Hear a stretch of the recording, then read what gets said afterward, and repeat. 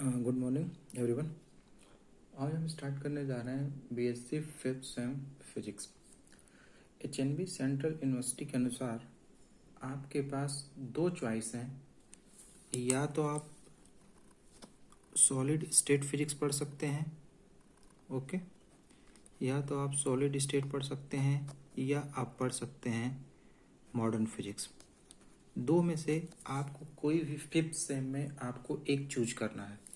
या तो आप सॉलिड स्टेट फिजिक्स ले सकते हैं, या तो आप मॉडर्न फिजिक्स ले सकते हैं, ऑप्शनल है। उसी तरह जब आप सिक्स सेम में जाएंगे तो आपके पास दो ऑप्शन होते हैं, या तो आप मैथमेटिकल फिजिक्स ले सकते हैं, या तो आप क्वांटम मैकेनिक्स ले सकते हैं। तो इसी को देखते हुए मैं यहाँ पे फिफ्थ सेम में स्टार्ट करूँगा। सॉलिड स्टेट फिजिक्स हम पढ़ेंगे, हम मॉडर्न फिजिक्स नहीं पढ़ेंगे, ठीक है। सॉलिड स्टेट फिजिक्स आगे भी यदि आप जाएंगे तो काफ़ी फायदेमंद होगी। तो उसी क्रम में सॉलिड स्टेट फिजिक्स को जब हम फिजिक्स में जा कर के पढ़ते हैं तो उसकी फिजिक्स में कहते हैं कि फिजिक्स की बहुत सारी ब्रांचेज होती हैं। उसी से आप इलेक्ट्रॉनिक्स पढ़ते हो, मैथमेटिकल पढ़ते हो, क्वांटम पढ़ते हो, तो उसी तरह एक ब्रांच आती है सॉलिड स्टेट फिजिक्स, जिसे हम फिजिक्स की लैंग्वेज में बोलते हैं क्रिस्टलोग्राफी। उसी को हम बोलते हैं क्रिस्टलोग्राफी, यानी कि क्रिस्टलोग्राफी के अंदर ही हम सॉलिड स्टेट फिजिक्स को पूरा पढ़ते हैं। तो कहते हैं कि जैसे कि जब आप क्रिस्टलोग्राफी पढ़ रहे हो इसका मतलब कि आप सॉलिड स्टेट फिजिक्स पढ़ रहे हो। अब बात आती है कि क्रिस्टलोग्राफी होती क्या है, क्या होती है क्रिस्टलोग्राफी। तो कहते हैं कि the branch of physics which deals the internal structure and properties of A solid is called crystallography. यानी फिजिक्स की वह ब्रांच जिसमें हम किसी भी सॉलिड के उसके इंटरनल स्ट्रक्चर और उसकी प्रॉपर्टीज के बारे में स्टडी करते हैं, फिजिक्स की उसी ब्रांच को हम बोलते हैं क्रिस्टलोग्राफी। यानी इस पूरे सॉलिड स्टेट फिजिक्स में हम डिफरेंट सॉलिड होंगे, वो सॉलिड अंदर कैसे बना है, उसका इंटरनल स्ट्रक्चर कैसा, जैसे डायमंड कैसे बना है, डिफरेंट जैसे क्वार्ट्ज कैसे बना है, और उसके उस स्ट्रक्चर के कारण उसकी प्रॉपर्टीज क्या बिहेव करती है, इसी के बारे में हम पूरे क्रिस्टलोग्राफी कह लें, या कह लें कि पूरे सॉलिड स्टेट फिजिक्स में स्टडी करते हैं। इसके अलावा कुछ नहीं। अब जब ब्रांच आ गई कि क्रिस्टलोग्राफी कहते किसे हैं, तो हमने डेफिनेशन बता दिया, नोट्स में मिल जाएगा कि the branch of physics which deals the internal structure and properties of A solid is called crystallography. यानी फिजिक्स की वह ब्रांच जिसमें हम किसी भी सॉलिड के इंटरनल स्ट्रक्चर और उसकी प्रॉपर्टीज के बारे में स्टडी करते हैं, तो फिजिक्स की इसी ब्रांच को हम बोलते हैं क्रिस्टलोग्राफी। क्लियर? ओके। अब जो ये क्रिस्टलोग्राफी है, तो क्रिस्टलोग्राफी में हमें पता है कि आप सॉलिड पढ़ के ले लेते हो। तो जैसे हम छोटे क्लास में पढ़ते हैं कि मैटर पढ़ते हैं, छोटे क्लास से बताया जाता है कि मैटर, ठीक है। तो कहते हैं कि जब आप छोटे क्लास में थे तो बताया जाता था कि जो मैटर होते हैं वो बेसिकली कितनी तरह के होते हैं, तीन तरह का बताया जाता था छोटे क्लासेस में। कौन सा? एक बताया जाता था सॉलिड, एक गैस और एक लिक्विड, तीन बताए जाते थे।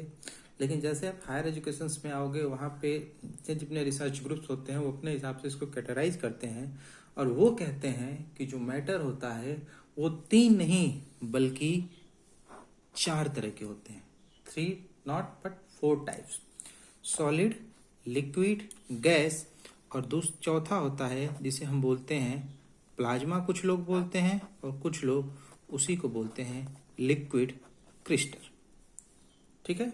यानी यहाँ पे आकर के जब सॉलिड स्टेट फिजिक्स आप पढ़ते हो तो वहाँ पे कहा जाता है कि जो मैटर होता है उसकी 4 कैटेगरीज होती है, सॉलिड, लिक्विड, गैस, प्लाज्मा और लिक्विड क्रिस्टल।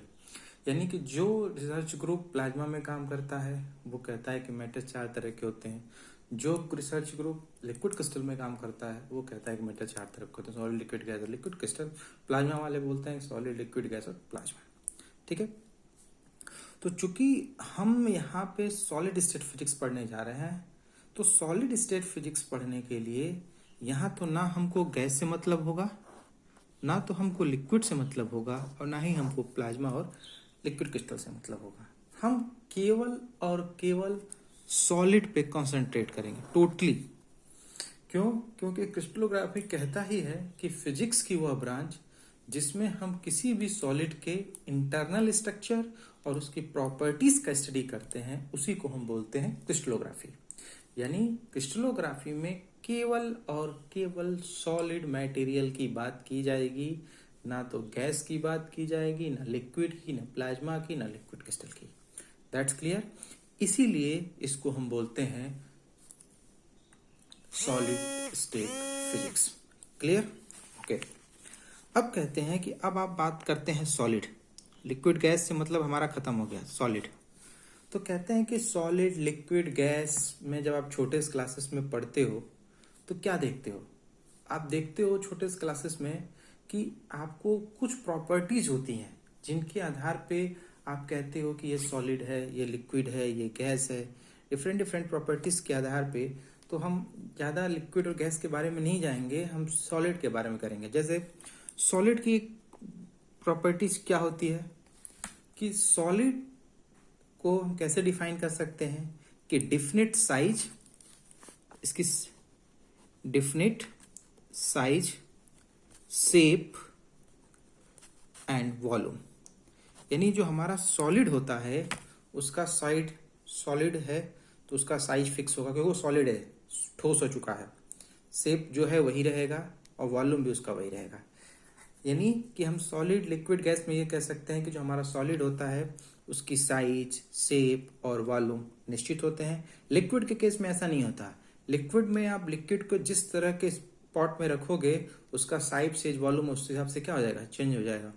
यदि आप किसी ग्लास में रखते हो, ग्लास के हिसाब से हो जाएगा, किसी बड़े पॉट में रखते हो तो उसके हिसाब से चेंज हो जाएगा। गैस से वो भी वही चीज़ है। सेकेंड इसकी प्रॉपर्टी है कि सॉलिड्स का जो मेल्टिंग पॉइंट होता है वो हाई होता है। हाई मेल्टिंग पॉइंट्स होते हैं सॉलिड के। यानी चूंकि सॉलिड ठोस होता है तो उसको मेल्ट करने के लिए आपको टेम्परेचर ज़्यादा देने पड़ेगी इन कंपैरिजन टू लिक्विड और गैस। ठीक है। थर्ड प्रॉपर्टीज क्या होती है कि हाई बॉइलिंग पॉइंट्स होते हैं इसके। सॉलिड है तो उसको पिघलाने के लिए, एयर वेपर बनाने के लिए भी टेम्परेचर ज़्यादा होंगे। और चौथा एक तरह से प्रॉपर्टी कर सकते हैं कि ये इनकम्प्रेसेबल होते हैं, इसको आप दबा नहीं सकते, ये इनकम्प्रेसेबल होते हैं। ये नहीं कि कोई सॉलिड है उसको हमने हाथ से ऐसे पकड़ा तो उसका साइज शेप चेंज हो जाएगा, नहीं। तो यही 2-4 प्रॉपर्टीज हैं जो कि सॉलिड, लिक्विड और गैस में डिफरेंट क्रिएट करती हैं। तो बेसिकली हम क्या कह सकते हैं कि सॉलिड के एक तरह की पहली प्रॉपर्टी क्या हुई कि इसका शेप, साइज, वॉल्यूम निश्चित होता है, इनकम्प्रेसेबल होता है, हाई मेल्टिंग पॉइंट्स होते हैं, हाई बॉइलिंग पॉइंट्स होते हैं। ठीक है। अच्छा, अब जब हम सॉलिड की बात करते हैं तो कहते हैं कि जो हमारा सॉलिड है, अब हम सॉलिड पे आ गए। जो हमारा सॉलिड है वो सॉलिड 2 तरह के होते हैं, आप पढ़े भी होंगे इसमें भी।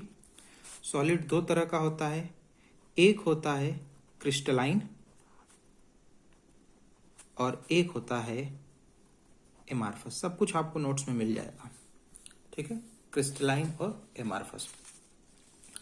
क्रिस्टलाइन किसे कहते हैं? जैसे हम कहते हैं कि कोई भी चीज़, कोई भी सॉलिड बनता है तो छोटे छोटे पार्टिकल्स से मिलकर बनता है, छोटे छोटे एटम से मिलकर बनते हैं। उसी छोटे छोटे एटम्स जो आज तक हम बोलते आए हैं, जब सॉलिड स्टेट फिजिक्स में हम जाते हैं तो उसी चीज़ को हम बोलते हैं यहाँ पे, उसी चीज़ को हम यहाँ पे बोलते हैं, छोटे छोटे एटम्स की जगह पे हम बोलते हैं कि इसी को हम सॉलिड स्टेट में नाम देते हैं लैटिस का। ये लैटिस है। ठीक है, यही लैटिस हो जाता है। तो कहते हैं कि कोई भी एटम, अब हम सॉलिड स्टेट की बात कर रहे हैं, कि कोई भी क्रिस्टल बनता है तो उस क्रिस्टल के अंदर छोटे छोटे एटम कह लें या छोटे छोटे क्रिस्टल होते हैं जिनसे वो मिल करके बनता है। ठीक है। अब जब ये मिल करके बनता है और ये भी एमार्फस भी छोटे छोटे एटम या क्रिस्टल से मिल करके बनेगा, तो फिर दोनों में डिफरेंस क्या होगा? दोनों में डिफरेंस होगा इनके स्ट्रक्चर की वजह से, इनके पैटर्न। यदि ये एटम किसी एक पैटर्न को फॉलो कर रहे हैं या किसी भी एक रेगुलर अरेंजमेंट में है तो ये क्रिस्टलाइन है। लेकिन यदि मान लो इसमें कोई ऐसे है, कोई ऐसे है, कोई ऐसे है, इस तरह का अरेंजमेंट है, यानी कोई भी पीरियोडिक अरेंजमेंट नहीं है, तो ये एमार्फस है।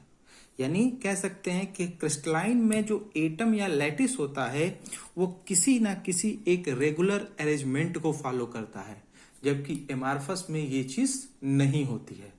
तो सबसे पहले जब हम रिसर्च वगैरह में जाते हैं तो कोई भी सॉलिड लेते हैं तो सबसे पहले उसको हम चेक करते हैं कि ये क्रिस्टलाइन है कि एमार्फस है। यदि वो एमार्फस होता है तो उसका काम अलग हो जाता है, वो रिसर्च से अलग हो जाता है, वो अलग चीज में यूज होता है। और क्रिस्टलाइन होता है तभी उसको हम आगे के लिए बढ़ाते हैं। तो क्रिस्टलाइन की सबसे बड़ी खासियत ये है कि क्रिस्टलाइन में यही नहीं, कोई भी एक अरेंजमेंट, जैसे हम कह रहे हैं कि यहाँ पे जो एटम है वो इस तरह से रेगुलर अरेंजमेंट में कोई भी एक पैटर्न फॉलो होना चाहिए, तो वो क्रिस्टलाइन है। और जब कोई भी पैटर्न फॉलो नहीं करेगा तो वो हमारा एमार्फस है।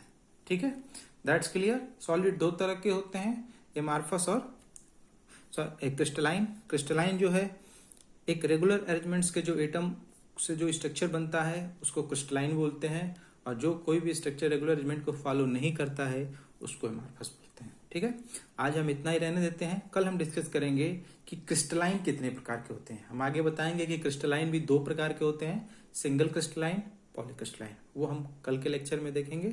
आज के लिए इतना ही, थैंक यू।